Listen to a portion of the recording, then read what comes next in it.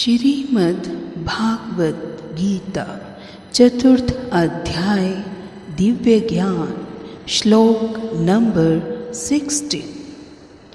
किम कर्म किम अकर्म इति कव्यः अपि अत्र मोहितः तत् ते कर्म प्रवक्ष्यामि यत् ज्ञात्वा मोक्ष्यसे अशुभात्।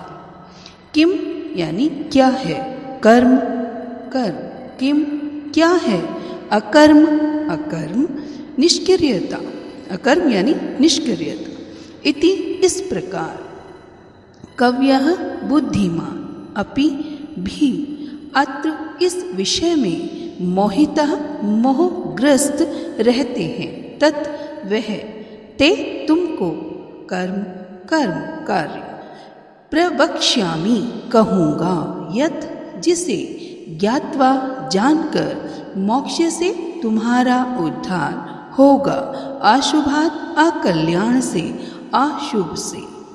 अर्थ है, कर्म क्या है और अकर्म क्या है, इसे निश्चित करने में बुद्धिमान व्यक्ति भी मोहग्रस्त हो जाते हैं।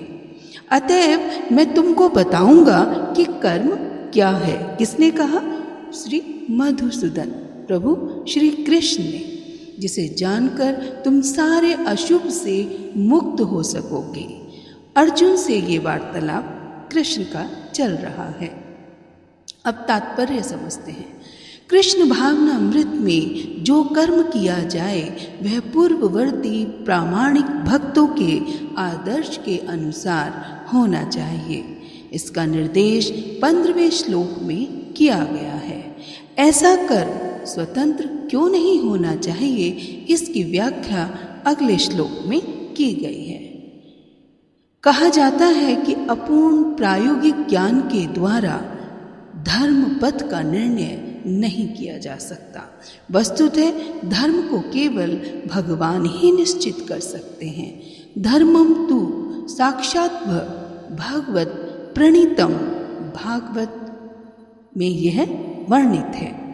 अपूर्ण चिंतन द्वारा कोई किसी धार्मिक सिद्धांत का निर्माण नहीं कर सकता। मनुष्य को चाहिए कि ब्रह्म, शिव, नारद, मनु, चारों कुमार, कपिल, प्रहलाद, भीष्म, शुकदेव, गोस्वामी, यमराज, जनक तथा बलि महाराज जैसे महान अधिकारियों के पद चिन्हों का अनुसरण करें।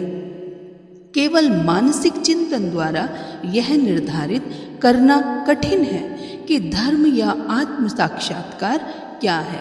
अतः भगवान अपने भक्तों पर अहेतु की कृपावश स्वयं ही अर्जुन को बता रहे हैं कि कर्म क्या है और अकर्म क्या है।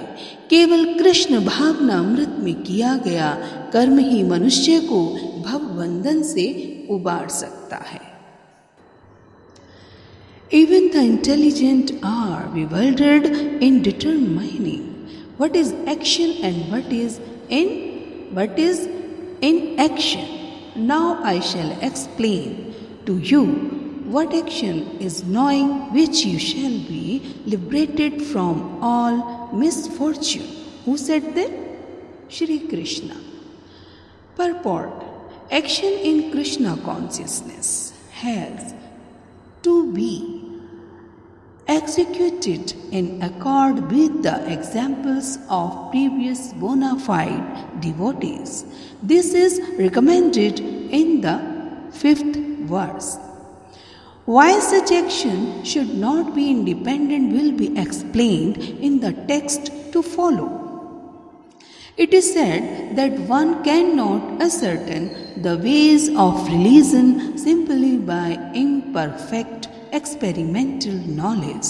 Actually, the principles of religion can only be laid down by the Lord Himself. Dharmam tu succeed Bhagavata Pranitam. No one can manufacture a religious principle by imperfect speculation. one must follow in the footsteps of great authorities like Brahma, Shiva, Narad, Manu, the Kumars, Kapila, Prahlad, Bhishma, Sukhdeva Goswami, Yamraj, Janak, and Bali Maharaj. By mental speculation, one cannot ascertain what is religion or self realization. Therefore, out of causeless mercy to his devotees, the Lord explained directly to Arjuna what action is and what inaction is, karma, akarma. Only action performed in Krishna consciousness can deliver a person from the entanglement of material existence. Shrimad Bhagavad Gita.